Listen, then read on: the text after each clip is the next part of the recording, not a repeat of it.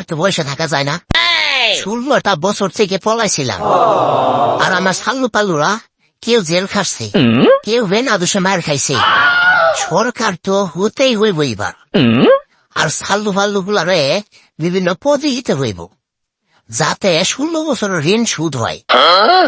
নির্বাচন চাই, তাড়াতাড়ি তাড়াতাড়ি। আইছে 16 বছর পর এন্দ্রের গর্ত থেকে উঠাইছে। দেশ স্বাধীন করলো ছাত্ররা, আর ওরা ওই দিক মারামারি করতেছে সরকার হবার জন্য। এই তোদের কি কোনো কাজ কাম না?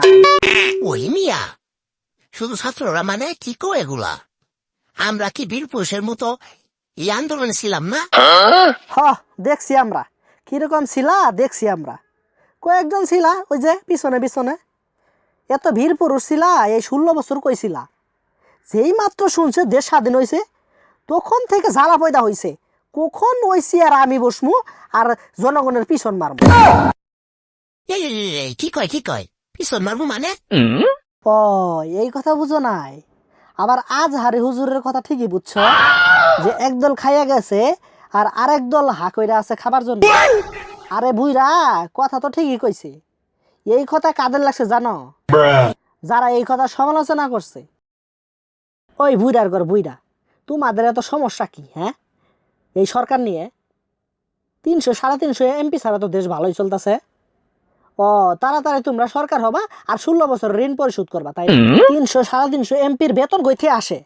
ও, জনগণের টাকা মাইরা তোমরা শুধু চর্বি বানাও না? চর্বির কথা বাতি দিলাম, এই দেশটা যে দুর্নীতিতে একবার নাম্বার 1 হইলো, দুর্নীতি করলো টাকাটা রাজনীতিবিদরা ছাড়া।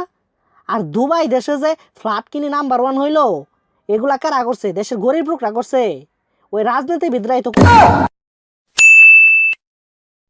আমি সাংবাদিক খায়রন সুন্দরী, বুয়া টিভি থেকে। আচ্ছা ভাই, দেশে যদি সুষ্ঠু নির্বাচন হয় আপনি কাকে ভোট দিবেন? বিএনপি কে নাকি জামাতকে?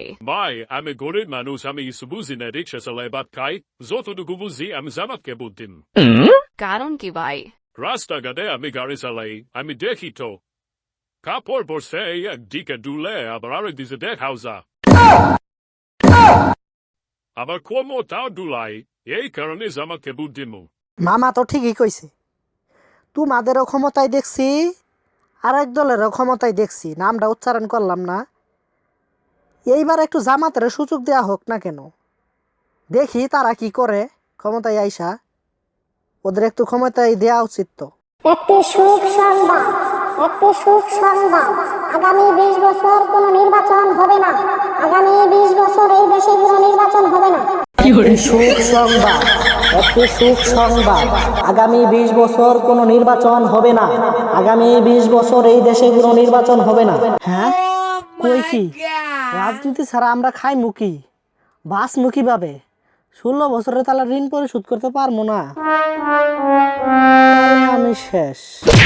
হে, কি অবস্থা সবার? আশা করি সবাই ভালো আছেন। ভিডিওটি কেউ সিরিয়াসলি নেবেন না।